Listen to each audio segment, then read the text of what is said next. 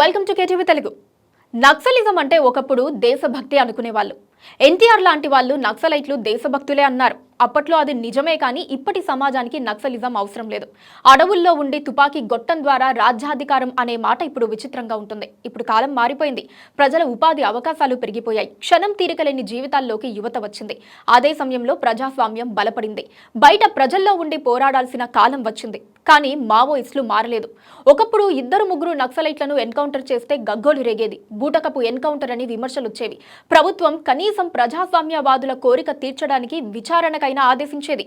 దానికి కారణం ప్రజల్లో వారి పట్ల ఎంతో కొంత సానుభూతి ఉండటం వల్లనే. ఇప్పుడు నక్సలైట్లు ఎన్కౌంటర్ అయిపోతున్నా ప్రజల్లో స్పందన లేదు. అందుకే ప్రభుత్వాలు పట్టించుకోవటం లేదు. ధైర్యంగా ఎన్కౌంటర్లు చేసేస్తున్నాయి. మావోయిస్టుల సానుభూతి పరులుగా ఉండి బయట సమాజంలో ఉన్న వారికి ఓపిక ఉండటం లేదు. ఎన్కౌంటర్లకు వ్యతిరేకంగా పోరాడలేకపోతున్నారు. ఇప్పుడు మమ్మల్ని చంపవద్దు ప్లీజ్, షరతులు లేకుండా శాంతి చర్చలకు వస్తాం అని మావోయిస్టులు పదే పదే లేఖలు రాస్తున్నారు. కానీ అలాంటి లేఖలను కేంద్రం అస్సలు పట్టించుకోవటం లేదు. వచ్చే మార్చి కల్లా నక్సలైట్ అనేవాడు లేకుండా అంతం చేస్తామని కేంద్రం పట్టుదలగా ఉంది. ఆ ప్రకారమే ముందుకెళ్తోంది. పదుల సంఖ్యలో ఎన్కౌంటర్లలో చనిపోతున్నారు. కానీ జనం నుంచి స్పందన లేదు. నక్సలైట్లు ప్రస్తుత సమాజానికి అవసరం లేదని అంతా నిర్ణయానికి వచ్చేశారు.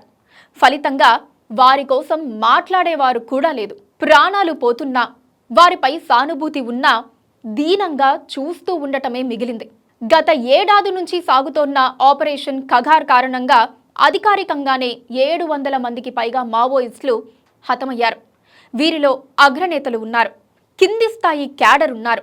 ఛత్తీస్గఢ్, బెంగాల్, ఏఓబీలలో ఒకప్పుడు మావోయిస్టులు సమాంతర ప్రభుత్వాన్ని నడిపేవాళ్ళు. కానీ ఇప్పుడు తమను తాము కాపాడుకోవడానికి గుట్టల్లో దాక్కోవాల్సి వస్తోంది. పోలీసు బలగాలు వచ్చి చంపకపోయినా ఆకలితో అలమటించి మిగిలిన వారు చనిపోవాల్సిన పరిస్థితి ఏర్పడింది. ఎదురు పడితే కనికరం లేకుండా చంపేయటం ఖాయమని తేలిపోవటంతో పలు ప్రాంతాల నుంచి మావోయిస్టులు లొంగిపోతున్నారు. వారికి పోలీసులు ఆ అవకాశం కల్పిస్తున్నారు. కానీ కొంతమంది కర్రెగుట్ట అటవీ ప్రాంతం చుట్టూ మందు పాత్రలు పెట్టుకొని లోపల కూర్చున్నామని, ఎవరూ రావద్దని హెచ్చరికలు జారీ చేశారు. అలా చెబితే పోలీసులు ఊరుకుంటారా? వేట సాగిస్తున్నారు. మావోయిస్టుల్లో చివరి వ్యక్తి వరకు అంతం చేసిన తర్వాతే బలగాలు వెనక్కి వెళ్లే అవకాశం ఉంది. అంటే నక్సలిజాన్ని అంతం చేసిన తర్వాతే విశ్రమిస్తారని అనుకోవచ్చు. సో చూసారు కదండి, ఇలాంటి మరిన్ని లైవ్ అప్డేట్స్ కోసం చూస్తూనే ఉండండి KTV Telugu. Please subscribe to KTV Telugu. KTV Telugu. KTV Telugu. KTV Telugu channel.